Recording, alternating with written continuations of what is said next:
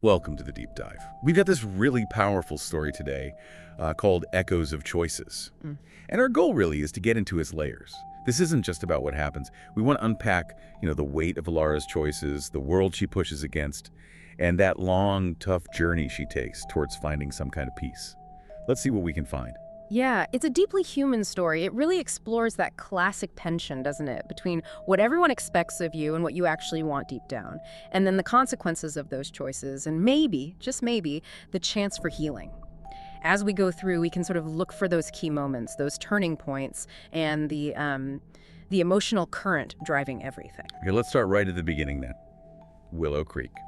Can you paint a picture of this town for us? What's the vibe, the traditions? How does it feel? It mentions her feeling trapped by expectations. Oh, definitely. Willow Creek sounds, well, incredibly prescribed. It's described as a place where traditions ran deeper than the river. That's a powerful image. It's this small world where everyone knew everyone and everyone had an opinion. You can just feel the pressure, can't you? That kind of environment really sets up the whole conflict, fitting in versus wanting something totally different. Right, and Elara's right in the middle of it. What do we learn about her family, her background, the life she was supposed to lead? Well, she comes from a respected family. They're known for strong faith and their strict ways. So her future, pretty much mapped out. Marry someone similar, someone approved, stay in Willow Creek, live this quiet, traditional life. It feels like a path just laid down in front of her with zero room to step off it. But she has this different song inside her, right? Yeah. A feeling that doesn't quite match. And then, suddenly, a stranger shows up. Liam, tell us about him. Yeah, Liam bursts onto the scene as the complete outsider. A traveler, a painter. It specifically mentions his eyes holding the spark of distant lands. He represents everything Willow Creek isn't. And crucially, he sees Elara differently. He sees that hidden fire, a longing for something more, that thing nobody else seemed to notice or maybe wanted to notice. That contrast is so sharp. Exactly. And they meet by the old willow tree, such a symbolic spot, and this connection starts to grow. What happens when her family finds out? You can almost feel the tension building here. Oh, the reaction is instant and strong. Furious is the word used. Liam is completely wrong for her in their eyes. Not from their world, not approved. End of story. They flat out forbid her from seeing him. The stakes just shoot way up. Right, no discussion. Just no. And that leads to this huge moment, this really difficult choice they have to make.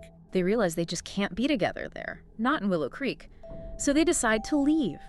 And the detail is important. They leave under the cloak of night.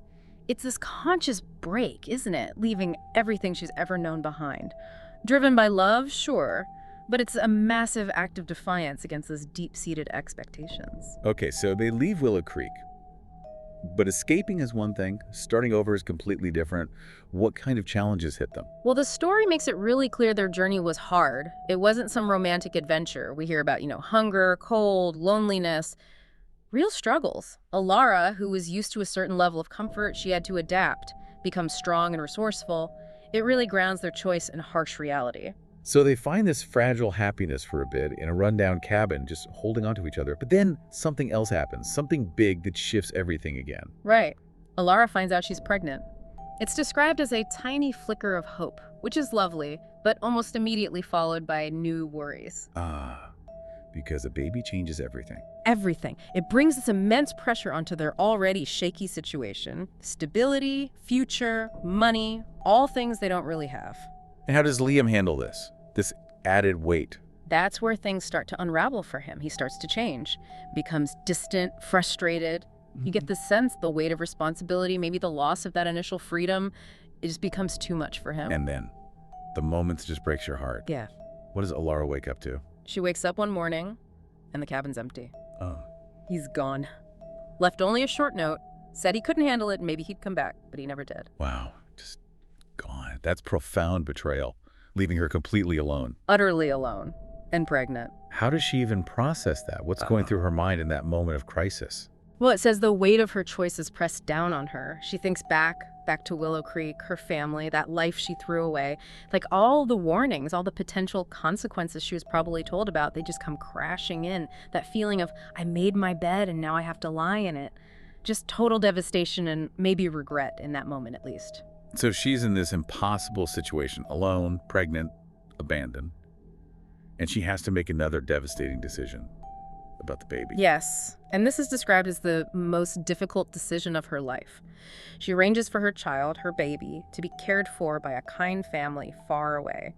It wasn't out of not loving the child, quite the opposite. It came from this desperate belief that it was the only way to give the child a chance at a better life than she could provide then. An immense sacrifice, the kind of pain you'd carry forever. Exactly, a weight she carries for years and years. So the story jumps forward then. Yeah. Years pass. Elara's constantly moving. What's she trying to do? Is it working? She's moving from town to town, working odd jobs, and it's explicit she's trying to outrun her past. She tries finding comfort in new relationships. A merchant, a musician, a scholar are mentioned. But it says the peace was always brief. Those echoes of her past, especially the thought of her child, they always catch up. You can't really outrun yourself, can you? Doesn't sound like it. So the attempt to forget, just what kept the memories alive? How did it keep affecting her? The memories just kept finding her in really ordinary ways. Seeing a child with bright eyes, maybe hearing a certain song, a lullaby. Little things would just trigger that deep pain, that constant wonder about her own child. Her past wasn't just a memory. It felt like a living wound, constantly getting poked.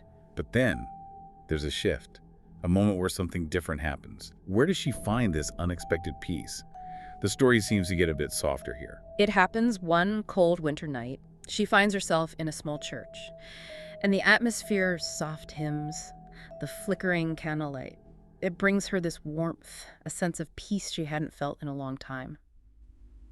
It's not dramatic, more like a quiet reconnection, a faint whisper, it says, of the faith she grew up with, the one she'd abandoned.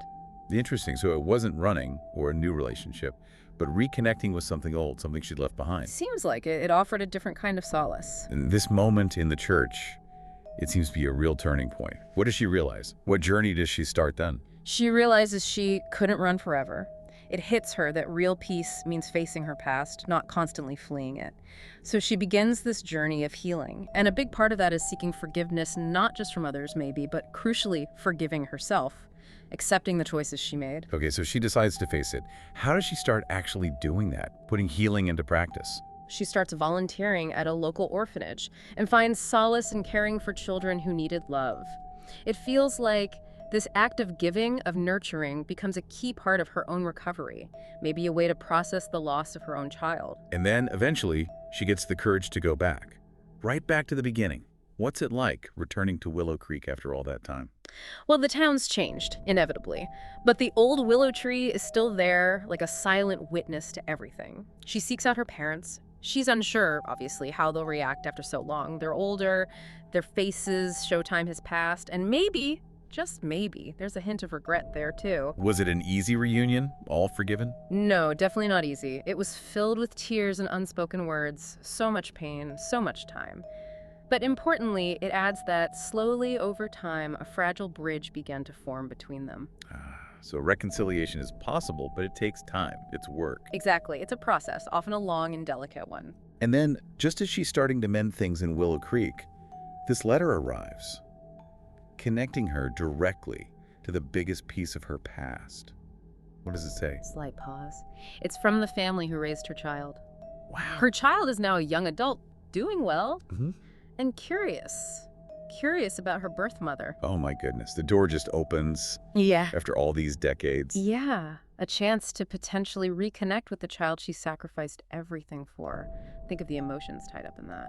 So as she gets ready for this meeting, probably the biggest meeting of her life, what's her state of mind? Is she terrified? Hopeful? Both, definitely. Her heart's pounding with fear and hope. She knows how hard it will be. And this feels really significant, it also knows she feels a sense of calm. Calm after all that. Yeah. It's like she's no longer that person running away. She's faced her past, found some inner peace first. Now she's walking towards this future, this meeting with faith, hope, and this quiet strength she's earned.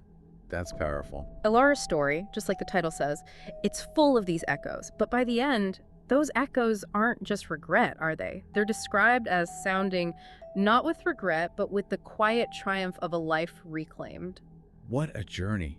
From feeling completely trapped, making this explosive choice, facing unimaginable loss, and then this long, slow path back to herself and potentially to reconciliation, it really makes you think about the depth of a life. Absolutely. And it makes you consider, the ripple effects of choices, how hard it can be, but also how facing up to the past, finding forgiveness, especially for yourself, that's where real healing can start. It builds a different kind of strength. So for you listening, maybe thinking about Elara's choices, the expectations she faced, the consequences, Hmm. maybe it brings up questions about your own life, the choices you've made, the echoes you might still hear. Yeah, because this story really highlights that finding peace often means turning towards the past, not away from it.